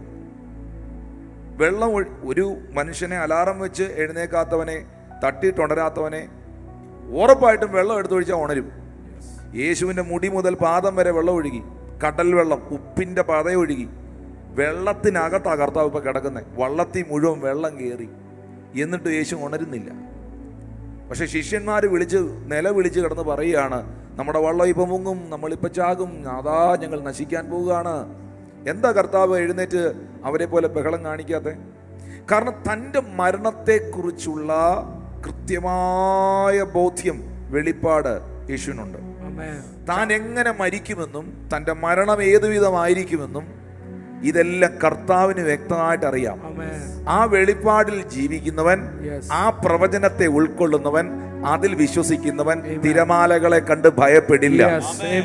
കാരണം യേശു ആയിരിക്കുന്നത് പിതാവായ ദൈവം തന്നെ ഏൽപ്പിച്ച ദൗത്യത്തിനകത്താണ്. ദൈവം ഏൽപ്പിച്ച ദൗത്യങ്ങളെ പാതി വഴിയിൽ തകർക്കാനുള്ള ശക്തി സാഗരത്തിന് പോലുമില്ല. ദൈവം ഏൽപ്പിച്ച ദൗത്യങ്ങളെ തകർക്കാനുള്ള ശക്തി കടലിന് പോലുമില്ല. അത്രയും ശക്തി, അത്ര ശക്തമാണ് ദൈവത്തിന്റെ വാഗ്ദത്തവും ദൈവത്തിന്റെ പദ്ധതികളും. ഹല്ലേലൂയ. ഏതൊക്കെയോ സാഹചര്യങ്ങൾ കണ്ട് വ്യത്യസ്ത അവസ്ഥകളിൽ, അനുഭവങ്ങളിൽ മനസ്സു തളർന്നിരിക്കുന്ന പ്രിയ കുടുംബത്തോട്, പ്രിയ ദൈവദാസനോട് പരിശുദ്ധാത്മാവ് ഈ തിരുവെഴുത്തിലൂടെ അറിയിക്കുകയാണ്, നിന്റെ മേളിൽ ദൈവം തന്ന വാഗ്ദത്തത്തിന്റെ അത്രയും ശക്തി ഇന്ന് നീ അനുഭവിക്കുന്ന പ്രശ്നത്തിനില്ല. ദൈവം നിനക്ക് തന്ന വചനത്തിന്റെ അത്രയും ശക്തി നീ അനുഭവിക്കുന്ന കൊടുങ്കാറ്റുകൾക്കും തിരമാലകൾക്കും ഇല്ല. ഈ തിരമാലകളെയും കൊടുങ്കാറ്റുകളെയും നീ ജയിച്ചിരിക്കും. ഈ പ്രതിസന്ധിയുടെ നടുവിൽ ഒന്ന് എഴുന്നേറ്റ് നിന്ന് ശാസിക്കാൻ, പ്രാർത്ഥിക്കാൻ തയ്യാറായാൽ ഒരത്ഭുതം നിന്റെ ജീവിതത്തിൽ കർത്താവ് ചെയ്യുവാനിടയാകും. ലൂക്കോസ് 18 വരുമ്പോൾ മറ്റൊരു സംഭവം നമുക്ക് കാണാം. അതിന് 35 മുതൽ 38 വരെയുള്ള വാക്യങ്ങളിൽ, അവൻ എരിഹോവിനടുത്തപ്പോൾ ഒരു കുരുടൻ ഇരുന്നു കൊണ്ട് വഴിയരികിൽ ഇരുന്നു. പുരുഷാരം കടന്നു പോകുന്നത് കേട്ട് ഇത് എന്ത് എന്നവൻ ചോദിച്ചു. അപ്പോൾ 37 വാക്യത്തിൽ നസറേയനായ യേശു കടന്നു പോകുന്നു എന്നവർ അവനെ അറിയിച്ചു. അപ്പോൾ ഇവൻ ചോദിക്കുകയാണ്, എന്താണ് ഈ സംഭവിക്കുന്നത്? കാരണം അവൻ കുരുടനാണ്, അവന് കാണാൻ പറ്റില്ല, കേൾക്കാൻ പറ്റും. അവൻ ചോദിക്കുന്നു, എന്താണ് ഈ ബഹളം, എന്താണ് ഇവിടെ സംഭവിക്കുന്നത്? ഉടനെ ആ കടന്നുപോയ പുരുഷാരം ഒരു ഇൻഫർമേഷൻ അവന് കൊടുക്കുകയാണ്. നസ്രയനായ യേശു ആകുന്നു ഈ കടന്നു പോകുന്നത്. 38 വാക്യത്തിൽ, അപ്പോൾ അവൻ, യേശുവേ ദാവീദ് പുത്ര, എന്നോട് കരുണ തോന്നണമേ എന്ന് നിലവിളിച്ചു. നിങ്ങൾ ആ ഭാഗം ഒന്ന് ശ്രദ്ധിച്ചാൽ മനസ്സിലാകും. അവൻ ചോദിക്കുകയാണ്, ആരാണ് ഈ വഴി പോകുന്നത്? അവന് കാണാൻ മേല, അവൻ കുരുടനാണ്. നാട്ടുകാർ, ആളുകൾ പറഞ്ഞു കൊടുത്തത് നസ്രയനായ യേശുവാണ് ഈ വഴി പോകുന്നത്. ശരിക്കും അവൻ എന്താണ് വിളിക്കേണ്ടത്? അവൻ ശരിക്കും വിളിക്കേണ്ടത്, അവർ പറഞ്ഞു കൊടുത്തത് തന്നെ അവൻ വിളിക്കേണ്ടത്. നസ്രയനായ യേശുവേ എന്നോട് കരുണ തോന്നണമേ എന്നാണ് അവൻ വിളിക്കേണ്ടത്. പക്ഷെ അവൻ വിളിച്ചത് അങ്ങനെയല്ല. അവൻ വിളിച്ചത് ദാവീദ് പുത്ര, യേശുവേ എന്നോട് കരുണ തോന്നണമേ എന്നാണ്. യേശുവേ ദാവീദ് പുത്ര എന്നവൻ വിളിച്ചത് മനുഷ്യർ കൊടുത്ത ഇൻഫർമേഷനുകളുടെ ബേസിലല്ല. യേശുവേ ദാവീദ് പുത്ര എന്നവൻ വിളിച്ചത് അവന്റെ ഹൃദയത്തിൽ, അവന്റെ ആത്മാവിൽ, അവന്റെ സൗഖ്യത്തോടുള്ള ബന്ധത്തിൽ ഒരു വെളിപ്പാടായി കിടന്ന വചനമാണ് അവന്റെ അധരം കൊണ്ട് അവൻ പുറപ്പെടുവിച്ചത്. ഹല്ലേലൂയ. കാരണം അവന് വേണ്ടത് എന്താ? കാഴ്ചയാണ്. അവന് വേണ്ടത് എന്താ? കണ്ണിന്റെ സൗഖ്യമാണ്. അവനറിയാം കാഴ്ച കൊടുക്കുന്നത്, സൗഖ്യം കൊടുക്കുന്നത് ദാവീദ് ഗോത്രത്തിൽ നിന്ന് പുറപ്പെടുന്ന യെശയ്യാവിന്റെ പ്രവചന പുസ്തകം എടുക്കാവോ? 35 അധ്യായത്തിന്റെ 3 മുതൽ 6 വരെയുള്ള വാക്യങ്ങളിൽ, തളർന്ന കൈകളെ ബലപ്പെടുത്തുവീൻ, കുഴഞ്ഞ മുഴങ്കാലുകളെ ഉറപ്പിപ്പീൻ, മനോഭീതിയുള്ളവരോട് ധൈര്യപ്പെടുവീൻ, ഭയപ്പെടേണ്ട, ഇതാ നിങ്ങളുടെ ദൈവം, പ്രതികാരവും ദൈവത്തിന്റെ പ്രതിഫലവും വരുന്നു, അവൻ വന്ന് നിങ്ങളെ രക്ഷിക്കുമെന്ന് പറവീൻ. അന്ന് കുരുടന്മാരുടെ കണ്ണ് തുറന്നു വരും, ചെകിടന്മാരുടെ ചെവി അടഞ്ഞിരിക്കുകയില്ല. അവൻ എവിടെ നിന്നാണ് കടന്നു വരുന്നത്? യെശയ്യാവിന്റെ പ്രവചന പുസ്തകം 22 അധ്യായം 22 വാക്യം, ഞാൻ ദാവീദ് ഗൃഹത്തിന്റെ താക്കോൽ അവന്റെ തോളിൽ വെക്കും, അവൻ തുറന്നാൽ ആരും അടയ്ക്കുകയില്ല, അവൻ അടച്ചാൽ ആരും തുറക്കുകയില്ല. അപ്പോൾ തുറക്കുന്നവനും അടയ്ക്കുന്നവനും എവിടുന്നാണ് വരുന്നത്? ദാവീദിന്റെ ഗൃഹത്തിൽ നിന്ന്. നാട്ടുകാർ പറഞ്ഞു കൊടുത്തു നസറേയനായ യേശു ആണെന്ന്. പക്ഷെ അവന് വേണ്ടത് അവന്റെ കണ്ണ് തുറക്കണം, അവന് സൗഖ്യം കിട്ടണം. അവനറിയാം നസറയത്തിൽ നിന്നല്ല സൗഖ്യം വരുന്നത്, ദാവീദിന്റെ ഗോത്രത്തിനകത്ത് നിന്ന്. അതുകൊണ്ട് ആ വെളിപ്പാടിൽ നിന്നുകൊണ്ടാണ് അവൻ പ്രാർത്ഥിക്കുന്നത്. പ്രാർത്ഥന എന്ന് പറയുന്നത് നമ്മുടെ ഉള്ളത്തിൽ നിന്ന്, നമ്മുടെ അകത്തു നിന്ന് വരേണ്ട ഒന്നാണ്, നമ്മുടെ ഹൃദയത്തിൽ നിന്ന് വരേണ്ട ഒന്നാണ്. ഒരാൾ പ്രാർത്ഥിച്ചത് അതുപോലെ നമ്മൾ അനുകരിച്ച് പ്രാർത്ഥിക്കുകയല്ല ശരിക്കും വേണ്ടത്. ഹല്ലേലൂയ. നമ്മൾ നമ്മുടെ ഹൃദയത്തിനകത്ത് നിന്ന് ദൈവത്തെ വിളിക്കണം. ചങ്ക് പൊട്ടി ഒത്തിരി ഒന്നും പ്രാർത്ഥിക്കാൻ പറ്റിയില്ലെങ്കിലും, മണിക്കൂറുകളൊന്നും പ്രാർത്ഥിക്കാൻ പറ്റിയില്ലെങ്കിലും, ഒത്തിരി ഒന്നും പ്രാർത്ഥിക്കാൻ പറ്റിയില്ലെങ്കിലും, ഒത്തിരി ഒന്നും സമയം എടുത്ത് പ്രാർത്ഥിക്കാൻ സാധിച്ചില്ലെങ്കിലും, ആ ഹൃദയം ഒന്ന് തുറന്നൊന്ന് നിലവിളിച്ചാൽ കർത്താവ് അടുത്ത് വരും. നിങ്ങളോടാ സംസാരിക്കുന്നേ ദൈവത്തിൻ്റെ ആത്മാവ്. ദൈവം നിങ്ങളുടെ മുറിയിൽ വരും, ദൈവം നിങ്ങളുടെ ചർച്ചിൽ വരും, ദൈവം നിങ്ങളുടെ ആരാധനയിൽ വരും. ഒന്ന് വിളിച്ചേ കർത്താവിനെ, വാ തുറന്നൊന്ന് വിളിച്ച്. യെശയ്യാ 59:1 പറയുന്നു, രക്ഷിപ്പാതിരിപ്പാൻ അവൻ്റെ കരം കുറുകിയിട്ടില്ല, കേൾക്കാതിരിക്കുവാൻ അവൻ്റെ കാതുകൾ മന്ദമായിട്ടില്ല. യിരെമ്യാ 33:3 എഴുതിയിട്ടുണ്ട്, എന്നെ വിളിച്ചപേക്ഷിപ്പിൻ, ഞാൻ നിനക്ക് ഉത്തരം അരുളും, നീ അറിയാത്തതും മഹത്വായതും ഗോചരമായ കാര്യങ്ങളെ ഞാൻ നിനക്ക് വെളിപ്പെടുത്തി തരും. ലൂക്കോസ് സുവിശേഷം 18:7-8 എഴുതിയിട്ടുണ്ട്, ദൈവമോ തന്നോട് നിലവിളിക്കുന്ന വൃദ്ധന്മാരുടെ കാര്യത്തിൽ ദീർഘക്ഷമയുള്ളവനാകയാൽ വേഗത്തിൽ അവരെ പ്രതിക്രിയ നടത്തി രക്ഷിക്കും. ഒന്ന് ഹൃദയം തുറന്ന് വിളിക്കാൻ തയ്യാറാകണം. തിമായുടെ മകനായ ബർത്തിമായി വിളിച്ചത് നാട്ടുകാർ പറഞ്ഞുകൊടുത്ത ആ ഇൻഫർമേഷൻ്റെ ബേസിലല്ല. അവൻ്റെ നീഡ് എന്തായിരുന്നോ, അവൻ്റെ ആവശ്യം എന്തായിരുന്നോ, അതിൻ്റെ അടിസ്ഥാനത്തിലാണ് അവൻ യേശുവിനെ കണ്ടത്. അവനിപ്പോൾ യേശുവിനെ വേണ്ടത് അവൻ്റെ സൗഖ്യദായകനായിട്ടാണ്. ഹല്ലേലൂയ. മോശയോട് ദൈവം പറഞ്ഞില്ലേ, ഞാനാകുന്നവൻ ഞാനാകുന്നു എന്ന്. അതിൻ്റെ ഒരർത്ഥം ഇങ്ങനെയാണ്, ഞാൻ നിനക്ക് എന്താകണമോ ഞാൻ അതായിരിക്കും. ഞാൻ നിനക്ക് സൗഖ്യമില്ലേ, ഞാൻ നിന്റെ സൗഖ്യദായകനെന്ന് യേശു പറയുകയാണ്. നീ പാപിയാണോ, അവൻ നിന്റെ പാപത്തിൻ്റെ വിമോചകനാണ്. നീ എന്താഗ്രഹിക്കുന്നോ അവൻ നിനക്കതായിത്തീരുന്നു. ആ കരങ്ങളെ ഒന്ന് ജസ്റ്റ് ഒന്ന് ഉയർത്തിപ്പിടിച്ച് ഒരു നിമിഷം ഒന്ന് പ്രാർത്ഥിച്ച്. ചില പ്രത്യേക ആവശ്യങ്ങളുടെ നടുവിൽ, ചില പ്രത്യേക സാഹചര്യങ്ങളുടെ നടുവിലൂടെ നിങ്ങൾ കടന്നു പോവുകയായിരിക്കും. നിശ്ചയമായിട്ടും അതിനകത്തൊരു അത്ഭുതം കർത്താവ് ചെയ്യും. ഒരത്ഭുതം കർത്താവ്. ദാവീദ് പുത്ര എന്ന് വിളിച്ചത് അവനറിയാം. ദാവീദ് ഗോത്രത്തിൽ നിന്ന് കടന്നു വരുന്ന, ദാവീദിന്റെ വേരായിരിക്കുന്ന, ദാവീദിന്റെ പുത്രനായിരിക്കുന്ന, ദാവീദിന്റെ സിംഹാസനത്തിൽ ഇരിക്കുവാനുള്ള സൗഖ്യദായകനായവൻ, മശിഹായായവൻ യേശു ക്രിസ്തുവാണ്. അവന് മാത്രമേ എൻ്റെ കണ്ണുകളെ സുഖപ്പെടുത്താൻ കഴിയുകയുള്ളൂ. യേശു അവനെ അടുത്ത് വിളിച്ച് നിർത്തി ചോദിച്ചില്ലേ, ഞാൻ നിനക്ക് വേണ്ടി എന്ത് ചെയ്യണമെന്ന് നീ പറയാൻ? വേറൊന്നും പുള്ളി പറഞ്ഞില്ലല്ലോ. അവൻ പറഞ്ഞത് ഇത്രയേ ഉള്ളൂ, എനിക്ക് കാഴ്ച പ്രാപിക്കണം, എനിക്ക് കാഴ്ച പ്രാപിക്കണം, എനിക്ക് കാഴ്ച പ്രാപിക്കണം. യേശു അവനോട് കാഴ്ച പ്രാപിക്കാം, നിന്റെ വിശ്വാസം നിന്നെ രക്ഷിച്ചിരിക്കുന്നു. ആ വിളി ഈ ട്രാൻസ്ലേഷൻ പോലെ പറഞ്ഞ വിളിയല്ല. ആ വിളി വിശ്വാസത്തിൽ നിന്ന് വന്ന, വെളിപ്പാടിൽ നിന്ന് വന്ന ഒരു വിളിയായിരുന്നു. ഹല്ലേലൂയ. Thank you Jesus. ഈ യോഹന്നാന്റെ സുവിശേഷം 2-ാം അധ്യായത്തിലേക്ക് നമ്മൾ വരുമ്പോൾ അതിൻ്റെ 3 മുതലുള്ള വാക്യങ്ങളിൽ കാണുന്നുണ്ട്, 3-ാം നാൾ ഗലീലയിലെ കാനാവിൽ ഒരു കല്യാണം ഉണ്ടായി. യേശുവിനെയും ശിഷ്യന്മാരെയും കല്യാണത്തിന് ക്ഷണിച്ചു.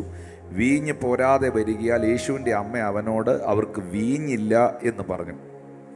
യേശു കർത്താവിൻ്റെ അമ്മയായ മറിയം യേശു കർത്താവിന് ഒരു ഇൻഫർമേഷൻ കൊടുക്കുകയാണ്, മോനെ വീഞ്ഞ് തീർന്നുപോയി, ഇവിടെ വീഞ്ഞില്ല. അപ്പോൾ ആ വീട്ടിൽ നിൽക്കുന്നതിൽ മറിയത്തിന് മാത്രമേ അപ്പോൾ അറിയുള്ളൂ യേശു ദൈവമാണെന്നും ദൈവപുത്രനാണെന്നും പരിശുദ്ധാത്മാവിൽ ജനിച്ചവനാണെന്നും സ്വർഗീയനാണെന്നുമുള്ള സത്യം. ശിഷ്യന്മാർക്ക് പോലും അറിഞ്ഞുകൂടാ. കാരണം യോഹന്നാൻ 2:11 പറയുന്നുണ്ട്, ഈ കാനാവിലെ കല്യാണത്തിൽ പച്ചവെള്ളം വീഞ്ഞായതിനു ശേഷമാണ് അവൻ്റെ ശിഷ്യന്മാർ പോലും അവനെ വിശ്വസിച്ച് തുടങ്ങിയത്. അന്ന് ആ വീട്ടിൽ നിൽക്കുന്നതിൽ യേശു ആരെന്ന് അറിയാവുന്നത് മറിയത്തിന് മാത്രമാണ്. അതുകൊണ്ടാണ് മറിയം പരിഹാരകനായവൻ്റെ അരികിലേക്ക് പ്രശ്നം കൊണ്ടുവരുന്നത്. നിങ്ങളുടെ ജീവിതത്തിൽ ഒരു പ്രശ്നമുണ്ടോ, ആ പ്രശ്നം നാട്ടുകാരോടല്ല പറയേണ്ടത്, ആ പ്രശ്നം പരിഹാരകനായ ക്രിസ്തുവിനോട് പറയണം. നിങ്ങളുടെ ജീവിതത്തിലെ പ്രശ്നം പരിഹരിക്കാൻ കഴിവുള്ള കർത്താവിൻ്റെ മുൻപിലേക്ക് കൊണ്ടുവരണം. വൈദ്യശാസ്ത്രം കൈവിട്ടതായിരിക്കാം, മനുഷ്യൻ കൈവിട്ടതായിരിക്കാം, ഇനി ഒരിക്കലും അതിനകത്ത് എനിക്കൊരു ഉയർത്തെഴുന്നേൽപ്പ് മടങ്ങി വരവില്ല എന്ന് നിങ്ങൾ ചിന്തിക്കുന്നതായിരിക്കാം. ലാസറിനെ പോലെ നാറ്റം വെച്ച അവസ്ഥയായിരിക്കാം. പക്ഷേ യേശു കർത്താവിൻ്റെ കയ്യിലേക്ക് ആ ഫയൽ ഒന്ന് കൈമാറാൻ തയ്യാറായാൽ അത് അത്ഭുതമാക്കി മാറ്റും. പ്രശ്നത്തെ കൊണ്ടുവരേണ്ടത് പരിഹരിക്കുന്നവന്റെ മുൻപിലാണ്. ആ വീട്ടിലൊരു പ്രശ്നമുണ്ടായപ്പോൾ മറിയം ആ പ്രശ്നം അവതരിപ്പിച്ചത് കല്യാണത്തിന് വന്ന എല്ലാവരോടും അല്ല, സീനിയർ ആളുകളോടല്ല, കൃത്യമായി മറിയം ആ വിഷയം അറിയിച്ചത് പരിഹാരകനായ ക്രിസ്തുവിനോടാണ്. യേശു ക്രിസ്തു ഏക പരിഹാരകൻ, യേശു ക്രിസ്തു ഏക ഉത്തരം, യേശു ക്രിസ്തു മാത്രം വഴിയും സത്യവും ജീവനും എന്ന് തിരുവചനം നമ്മളെ പഠിപ്പിക്കുന്നു. പ്രിയപ്പെട്ടവരെ, ഉടനെ യേശു കർത്താവ് അതിൻ്റെ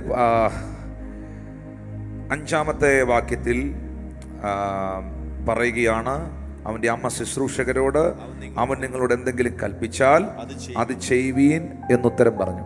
അതിനു മുമ്പ് യേശു പറയുന്നുണ്ട്, എൻ്റെ നാഴിക, സ്ത്രീയെ, എനിക്ക് നിനക്ക് തമ്മിൽ എന്താ, എൻ്റെ നാഴിക ഇതുവരെ വന്നിട്ടില്ല. എന്നിട്ട് ഇതേ മറിയം, നിങ്ങൾ ശ്രദ്ധിക്കണം, ഇതാണ് നിങ്ങൾ ശ്രദ്ധിക്കേണ്ടത്, ഇതേ മറിയം ശുശ്രൂഷകരോട് പോയി പറയുകയാണ്, അവൻ നിങ്ങളോട്, യേശു ക്രിസ്തു നിങ്ങളോട് എന്തെങ്കിലും കൽപ്പിച്ചാൽ നിങ്ങൾ ചെയ്യുവീൻ. 2 കാര്യങ്ങൾ മറിയത്തിൽ നിന്ന് ഞാൻ പഠിച്ച 2 കാര്യങ്ങൾ. ഒന്ന്, മറിയം യേശുവിനോട് വന്ന് പറയുകയാണ്, മകനെ, വീഞ്ഞില്ല, വീഞ്ഞ് തീർന്നുപോയി. അതൊരു ഇൻഫർമേഷനാണ്, ആ വീട്ടിലുള്ള ഒരു സിറ്റുവേഷനാണ്. പക്ഷേ ഇതേ മറിയം ശുശ്രൂഷകരോട് പോയി പറയുകയാണ്, ദയാ നിൽക്കുന്ന ആളില്ലേ, യേശുവിനെ ചൂണ്ടിക്കാണിച്ചിട്ട് പറയുകയാണ്, അവൻ നിങ്ങളോട് എന്തെങ്കിലും കൽപ്പിച്ചാൽ നിങ്ങളത് ചെയ്തേക്കണം. അതൊരു ഇൻഫർമേഷൻ അല്ല കൊടുക്കുന്നത്, അത് മറിയത്തിൻ്റെ അകത്തുള്ള റെവലേഷനാണ്. യേശു ആരെന്നുള്ള വെളിപ്പാടാണ്. ശരിക്കും പറഞ്ഞാൽ ആ ഒരു വെളിപ്പാട് ശുശ്രൂഷകരുടെ അകത്ത് കയറിയത് കൊണ്ടാണ് 6 കൽപാത്രങ്ങളിൽ കിണറ്റിൽ നിന്ന് വെള്ളം കോരി ഒഴിക്കാൻ പറഞ്ഞ് അത് കോരി ഒഴിച്ച് ആ പച്ചവെള്ളം അവർ കൊണ്ടു കൊടുക്കാൻ സ്റ്റെപ്പ് വയ്ക്കുമ്പോൾ അത് മുന്തിരിച്ചാറായി വീഞ്ഞായി മാറി. അതെവിടെ നിന്നെന്ന് വെള്ളം കോരിയ ശുശ്രൂഷകരല്ലാതെ വിരുന്നുവാഴി അറിഞ്ഞില്ല, ഒരു കുഞ്ഞുങ്ങൾ അറിഞ്ഞില്ല. ഞാൻ നിങ്ങളോട് ഇങ്ങനെ പറയുന്നു, പ്രിയപ്പെട്ടവരെ, നിങ്ങളുടെ ജീവിതത്തിലുണ്ടായ പ്രതിസന്ധി, അപമാനം, നിന്ന യേശു കർത്താവ് ചെവി അറിയാതെ അത്ഭുതമാക്കി മാറ്റും. നിങ്ങളുടെ മക്കളെ ഓർത്ത് ഇന്ന് ഈ മെസ്സേജ് കണ്ടുകൊണ്ടിരിക്കുമ്പോൾ എൻ്റെ ഹൃദയത്തിനകത്ത്, എൻ്റെ ആത്മാവിൽ എനിക്ക് കർത്താവ് ഒരു ബോധ്യം തരികയാണ്. തലമുറകളെ ഓർത്ത്, അവരുടെ വിഷയമോർത്ത്, കുഞ്ഞിനെ ഓർത്ത്, അവരുടെ തലമുറയെ ഓർത്ത്, കർത്താവേ, നീ ഇതിനകത്തൊരു പ്രവൃത്തി ചെയ്തേ പറ്റൂ, ഇതെനിക്കൊരു അപമാനമാകരുത്, ഇതെനിക്കൊരു പ്രതിസന്ധി ആകരുത് എന്ന് പ്രാർത്ഥിക്കുന്ന ആ കുടുംബത്തിൻ്റെ മുകളിൽ ഇന്ന് രാത്രിയിൽ മഹത്വത്തിൻ്റെ കരം യേശുവിൻ നാമത്തിൽ വെളിപ്പെട്ടു വരട്ടെ. ഹല്ലേലൂയ. നിങ്ങളുടെ വീട്ടിൽ സംഭവിച്ച ആ പ്രതിസന്ധി, നിങ്ങളുടെ വീട്ടിൽ സംഭവിച്ച ആ വെല്ലുവിളി, നിങ്ങളുടെ വീട്ടിൽ സംഭവിച്ച ആ കുറവ് യേശു കർത്താവ് നിറവുകളാക്കി മാറ്റും. യേശു കർത്താവ് അത്ഭുതമാക്കി മാറ്റും. ഞാനിവിടെ പറഞ്ഞ വാക്കുകൾ നിങ്ങൾക്ക് എത്ര പേർക്ക് മനസ്സിലായി പ്രിയപ്പെട്ടവരെ? യേശു കർത്താവിൻ്റെ അടുക്കൽ അന്ത്രയോസ് ഒരു ഇൻഫർമേഷൻ കൊടുക്കുന്നു, ഇവിടെ ഒരു ബാലകനുണ്ട് എന്ന്. പക്ഷെ യേശു പുരുഷാരത്തോട് ഇരിക്കാൻ പറഞ്ഞത് 5 അപ്പവും 2 മീനും കൊണ്ട് എന്തെങ്കിലും നടക്കുമെന്ന് ചിന്തിച്ചല്ല. എനിക്കൊരു കാര്യം മനസ്സിലായത്, ശൂന്യതയിൽ നിന്ന്, ഇല്ലായ്മയിൽ നിന്ന് സകലത്തെയും ഉള്ളതുപോലെ വിളിച്ചു വരുത്താൻ കഴിവുള്ള കർത്താവിന് ശരിക്കും പറഞ്ഞാൽ ആ 5 അപ്പവും 2 മീനിന്റെ ആവശ്യമില്ല. അതില്ലെങ്കിലും കർത്താവിന് അത്ഭുതം ചെയ്യാൻ കഴിയും. കാരണം യെശയ്യാവ് പ്രവാചകന്റെ പുസ്തകത്തിൽ ദൈവം ചോദിക്കുന്നൊരു ചോദ്യമുണ്ട്, ഞാൻ ഈ ഭൂമിക്ക് അടിസ്ഥാനമിടുകയും ഞാൻ ഈ ഭൂമിയെ സൃഷ്ടിക്കുകയും ചെയ്തപ്പോൾ ആരെൻ്റെ കൂടെ ഉണ്ടായിരുന്നു, ആരെന്നോടൊപ്പം ഉണ്ടായിരുന്നു എന്ന് പറഞ്ഞാൽ ആരുടെയും സഹായം ഇല്ലാതെയാണ് ദൈവം സകലതും സൃഷ്ടിച്ചത്. ഹല്ലേലൂയ. നിശ്ചയമായിട്ടും ആ കർത്താവ് ഇന്നും ജീവിക്കുന്നു, ആ കർത്താവ് ഇന്നും അത്ഭുതങ്ങളെ ചെയ്യുന്നു. അന്ത്രയോസ്, ഫിലിപ്പോസ് യേശു കർത്താവിൻ്റെ മുമ്പിൽ ഇൻഫർമേഷൻ കൊടുക്കുമ്പോൾ അവൻ്റെ അകത്ത് താൻ ആരെന്നുള്ള വെളിപ്പാടുണ്ടായിരുന്നു. പുരുഷാരത്തോട് ഇരിക്കാൻ പറഞ്ഞു. തിമായുടെ മകനായ ബർത്തിമായി നാട്ടുകാർ മുഴുവൻ നസറേയനായ യേശു എന്ന് പറഞ്ഞു കൊടുക്കുമ്പോൾ അവൻ്റെ അകത്ത് സൗഖ്യമാക്കുന്നവൻ, അന്ധന്റെ കണ്ണ് തുറക്കുന്നവൻ, ദാവീദ് ഗോത്രത്തിൽ നിന്ന് വരുന്നവൻ എന്നുള്ള വെളിപ്പാടുണ്ടായിരുന്നു. അവൻ വിളിച്ചത്, ദാവീദ് പുത്ര യേശുവേ, എന്നോട് കരുണയുണ്ടാകണമേ. സാഗരം ഇളകി മറിയുമ്പോൾ, വള്ളത്തിൽ വെള്ളം കയറി ആ വള്ളം മുങ്ങിത്താഴാൻ തുടങ്ങുമ്പോൾ, ശിഷ്യന്മാർ മുഴുവൻ വെള്ളത്തിൽ വീണിപ്പോൾ മരിക്കുമെന്ന് ചിന്തിക്കുമ്പോൾ, വെള്ളം കുടിച്ച് മരിക്കില്ലെന്നും ക്രൂശിലാണ് താൻ മരിക്കേണ്ടതെന്നും ശ്വാസം മുട്ടി മരിക്കുമെന്നുള്ള വാഗ്ദത്തമല്ല തനിക്കുള്ളത്, അവസാന തുള്ളി രക്തവും മാനവകുലത്തിനു വേണ്ടി ഒഴുക്കി തന്റെ രക്തത്താൽ, ആ പരമയാഗത്താൽ മാനവകുലത്തിന്റെ പാപത്തെ വിമോചിപ്പിക്കുമെന്നുള്ള വാഗ്ദത്തം തന്റെ മേളിൽ ഉള്ളത് കൊണ്ട് താൻ ക്രൂശിതനാകുമെന്നുള്ള ബോധ്യം തനിക്കുണ്ടായിരുന്നു. ഹല്ലേലൂയ. കാനാവിലെ കല്യാണ വീട്ടിൽ യേശു കർത്താവിൻ്റെ അടുക്കൽ മറിയം വന്ന് വീഞ്ഞു തീർന്നു പോയി എന്നൊരു ഇൻഫർമേഷൻ കൊടുത്തിട്ട് ശുശ്രൂഷകർക്കൊരു റെവലേഷൻ കൊടുക്കുകയാണ്. അവൻ നിങ്ങളോട് എന്തെങ്കിലും പറഞ്ഞാൽ നിങ്ങൾ അതുപോലെ ചെയ്യണം. ദൈവമക്കളെ, ഇൻഫർമേഷനുകളിലല്ല അത്ഭുതങ്ങൾ നടന്നിട്ടുള്ളത്, വിശ്വസിച്ചേറ്റെടുത്ത വെളിപ്പാടുകളിലാണ്.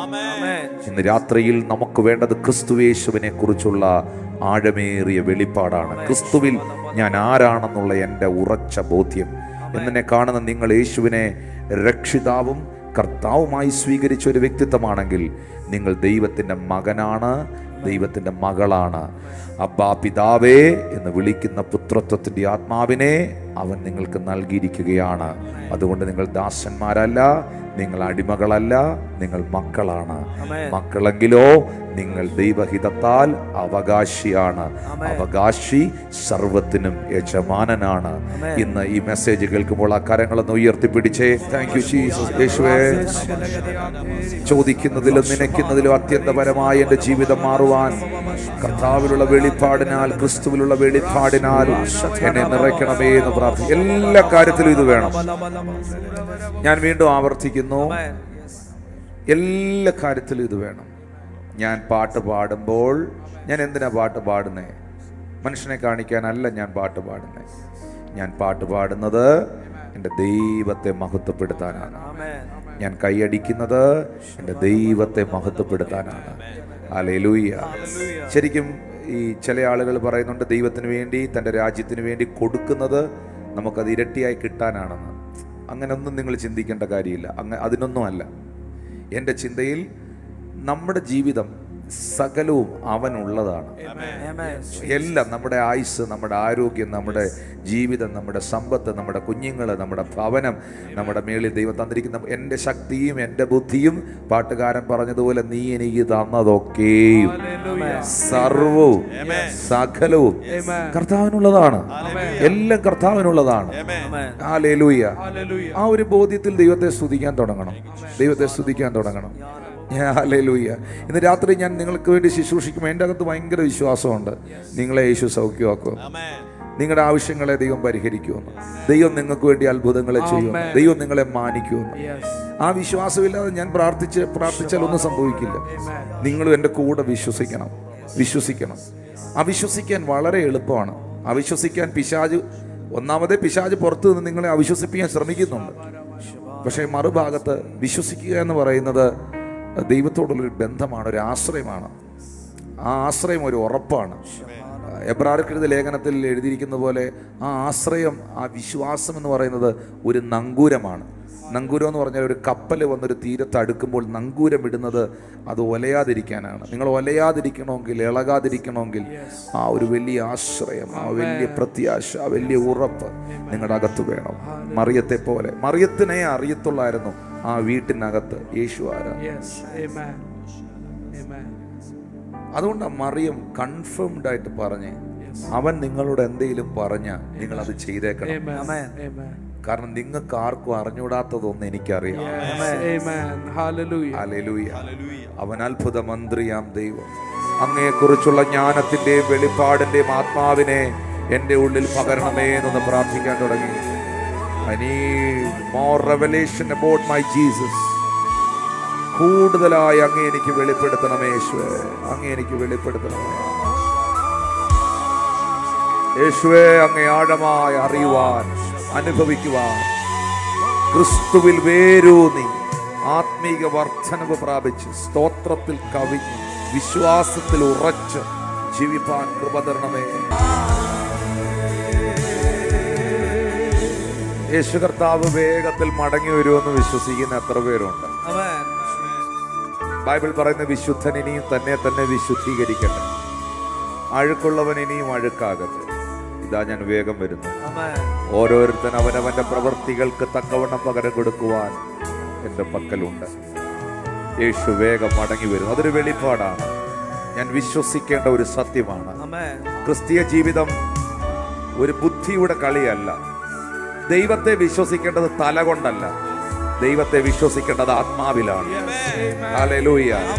കുറച്ച് പുസ്തകങ്ങൾ വായിച്ച് പഠിച്ച് ആ അറിവിന്റെ അടിസ്ഥാനത്തിലല്ല ദൈവം എനിക്ക് യാഥാർത്ഥ്യമാകുന്നത്. ആത്മീയത ഒരു അനുഭവമാണ്. ദൈവത്തെ അനുഭവിച്ചറിയണം, യേശുവിനെ അനുഭവിച്ചറിയണം. യേശുവിനെ അനുഭവിച്ചറിയുവാനുള്ള വഴിയാണ് സുവിശേഷം. യേശുവിനെ അനുഭവിച്ചറിയുവാനുള്ള വഴിയാണ് ആരാധന. യേശുവിനെ അനുഭവിച്ചറിയുവാനുള്ള വഴിയാണ് ഈ നടക്കുന്ന പ്രാർത്ഥനകളെല്ലാം. ഒന്ന് കരങ്ങളെ ഉയർത്തി പ്രാർത്ഥിക്കാൻ തുടങ്ങിയേ, കർത്താവിനെ അനുഭവിക്കാൻ തുടങ്ങിയേ.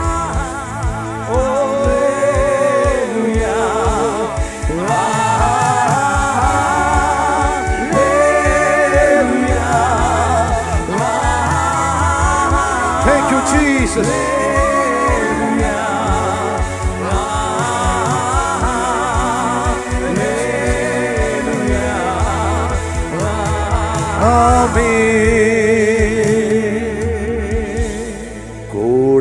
കൂടിത ദൂതർ സൈന്യവുമായി മേഘരൂഢനായി വരുന്നിതാ ഇരവിൽ.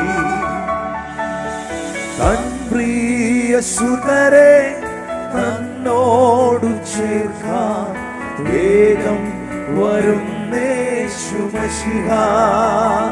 കൂടിത ദൂതർ സൈന്യവുമായി മേഘരൂഢനായി വരുന്നിതാ ഇരവിൽ. തൻ പ്രിയ സുതരെ തന്നോടു ചേർക്കാൻ വേഗം വരുന്നേശു മശിഹ.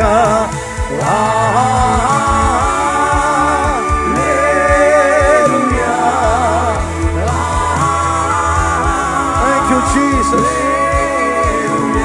Thank you, Lord. Hallelujah. Urabaya laba shadara waidabara. Riba kanamana ga shabana wainaga danaga. Raba shabana bathura baganaga dana. Shabana dhuri bigada baganaga. Lubra katamaya laba totorabos. Thank you, Jesus. Shalama mama maya na na na na.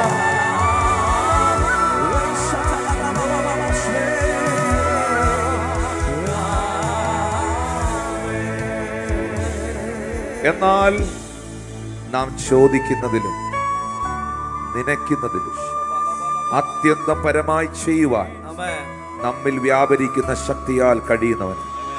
ഈ ശക്തി എങ്ങനെയാണ് നമ്മിൽ വ്യാപരിക്കുന്നത്? ക്രിസ്തു യേശു ആര് എന്നുള്ള എൻ്റെ വെളിപ്പാടിൽ ഈ ശക്തി എങ്ങനെയാണ് വ്യാപരിക്കുന്നത്? ആ ക്രിസ്തുവിലുള്ള വിശ്വാസം എൻ്റെ ഹൃദയത്തിൽ വസിക്കുമ്പോൾ, ആ സ്നേഹത്തിൽ ഞാൻ അടിസ്ഥാനപ്പെടുമ്പോൾ, അതിൻ്റെ ആഴവും ഉയരവും വീതിയും നീളവും ഞാൻ ഗ്രഹിക്കുമ്പോൾ, പരിജ്ഞാനത്തെ കവിയുന്ന ക്രിസ്തുവിന്റെ സ്നേഹം ഞാൻ അറിയുമ്പോൾ, അതിനായി ഞാൻ പ്രാപ്തനാകുമ്പോൾ, ദൈവത്തിന്റെ എല്ലാ നിറവോളവും ഞാൻ നിറഞ്ഞു വരുമ്പോൾ, ദൈവത്തിന്റെ എല്ലാ നിറവോളവും നിറഞ്ഞു വരണം. നിറവുണ്ടാകട്ടെ, നിങ്ങളുടെ ജീവിതത്തിന് നിറവുണ്ടാകട്ടെ, നിങ്ങളുടെ ജീവിതത്തിന് നിറവുണ്ടാകട്ടെ. ക്രിസ്തു നിങ്ങളിൽ നിറയട്ടെ, അവന്റെ സ്നേഹം നിങ്ങളിൽ നിറഞ്ഞ് കവിയട്ടെ, ആ യേശുവിന്റെ വെളിപ്പാട് നിങ്ങളിൽ നിറഞ്ഞ് കവിയട്ടെ. ആ ബന്ധത്തിൽ, കർത്താവായ യേശുവിനോടുള്ള ആഴമേറിയ ബന്ധത്തിൽ വേരൂന്നി അടിസ്ഥാനപ്പെട്ടവരായി ക്രിസ്തുവിൽ വേരിറക്കി വിശ്വാസത്തിൽ വർദ്ധിച്ച് സ്തോത്രത്തിൽ കവിഞ്ഞ് ആത്മീകമായി വർദ്ധിച്ചു വരുവാൻ